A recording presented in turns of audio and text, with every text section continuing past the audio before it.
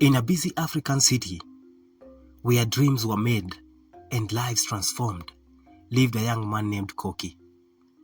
Koki had grown up in a small village, but his hard work and determination had led him to the city where he became a successful entrepreneur. He had it all: a thriving business, a luxurious apartment, and a bright future. But something was missing in his life: the presence of his beloved mother, Mama Koki. Mama Koki had raised him single-handedly after his father passed away when he was just a child. She had worked tirelessly to provide for him, instilling in him values of integrity, hard work, and respect. As soon as Koki was able, he invited his mother to come live with him in the city. He wanted to repay her for all her sacrifices and give her a life of comfort and happiness. Mama Koki arrived in the city with a heart full of joy and pride, seeing her son's success and the life he had built filled with her immense happiness. She settled into Koki's apartment, bringing with her a sense of warmth and love that made the place truly feel like home. Not long after Mama Koki's arrival, Koki met a beautiful young woman named Rachael. She was strikingly attractive, with a charm that could captivate anyone. Koki was instantly smitten. Rachael seemed perfect, intelligent, ambitious, and caring. They began dating, and soon their relationship grew deeper. Rachael moved in with Koki, and the three of them started living together. At first, everything seemed wonderful. Rachael was affectionate and attentive to Koki, but her true colors soon began to show, especially when Koki was not around.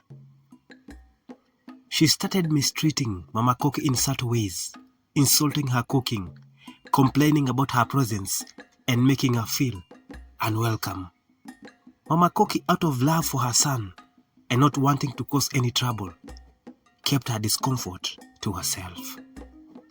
But things escalated quickly. Rachael began planting seeds of doubt in Koki's mind about his mother. She started telling him that Mama Koki was a witch, that she was bringing bad luck to their home, and that she was trying to control his life.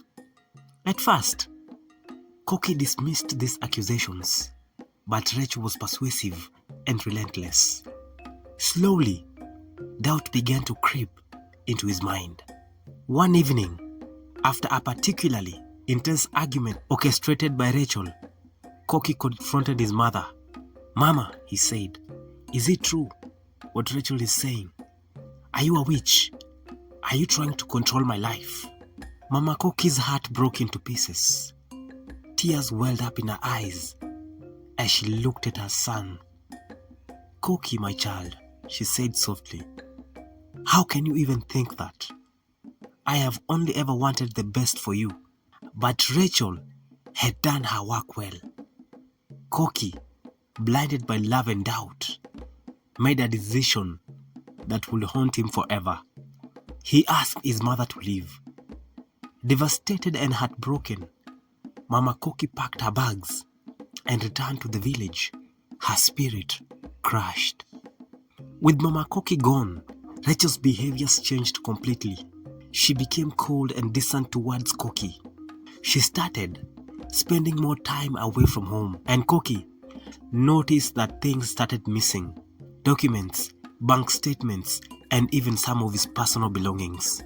He tried to talk to Rachael about it, but she always had an excuse. One day, Koki came home to find the locks changed. His key no longer worked, and when he knocked, a stern-looking security guard answered. "You are no longer welcome here," the guard said, handing Koki a letter. The letter was from Rachael, stating that she had transferred all of Koki's assets to her name and that he was to leave immediately.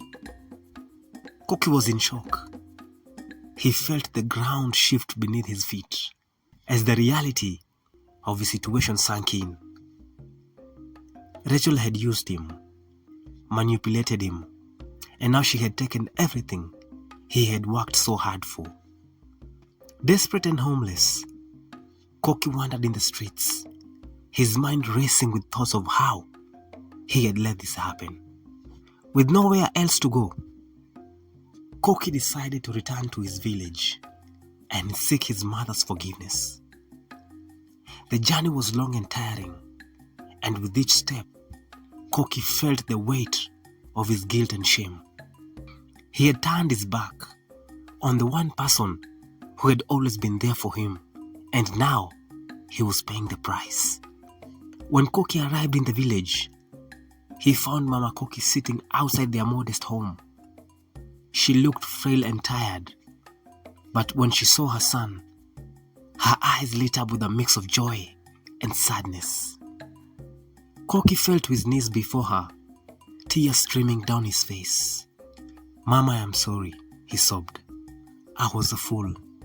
I should have never doubted you. Please, forgive me." Mama Koki lifted her son's chin and looked into his eyes. "Koki," she said gently, "you are my son. I have already forgiven you. Come, let us rebuild our lives together." Koki spent the next few months in the village, helping his mother and trying to come to terms with what had happened. He shared his story with the elders, who offered their wisdom and support. They helped Koki understand that he had been the victim of a master manipulator and that he needed to be strong to move forward. Word of Koki's plight spread through the village, and soon a lawyer from a neighboring town heard about this case. This lawyer, Mr. James, had a reputation for fighting for justice and offered to help Koki reclaim what was rightfully his. Koki, with renewed hope, he agreed. Mr. James was relentless in his pursuit for justice. He gathered evidence, interviewed witnesses, and built a solid case against Rachael. The trial was long and tiring, but Koki's determination never wavered. He wanted to see Rachael held accountable for her actions and to restore his mother's honor. Finally, the day of the verdict arrived. The courtroom was packed with people from the village and the city, all eager to see the outcome of the trial. The judge, a stern but fair woman, delivered her verdict. Rachael was found guilty of fraud and theft. She was sentenced to prison, and all of Koki's assets were returned to him. Koki's heart swelled with gratitude and relief. He turned to his mother, who had been by his side throughout the trial, and hugged her tightly. "We did it, Mama," he whispered. "We did it together." With his assets restored, Koki made a decision. He will not return to the city immediately. Instead, he wanted to spend more time in the village, rebuilding his relationship with his mother and giving back to the community that had supported him. Koki used his resources to start a community center, providing education and vocational training for young people in the village. He wanted to ensure that others had the opportunities he had been given and to help them avoid the mistakes he had made. Through his work, Koki found a sense of purpose and fulfillment that he had never known before. He and his mother grew closer than ever, their bond strengthened by the trials they had overcome together. Years passed, and Koki's community center became a beacon of hope and opportunity for the entire region. Koki himself became a respected leader, known for his integrity, generosity, and unwavering dedication to his people. And so, the story of Koki and his mother, their trials and triumphs, became a legend in the village. It was a tale of betrayal and redemption, of the enduring power of love and the resilience of the human spirit. Koki's journey taught him valuable lessons about trust, forgiveness, and the true meaning of success. Thank you so much for watching, and don't forget to like, subscribe, comment, and share with others. Until next time, peace.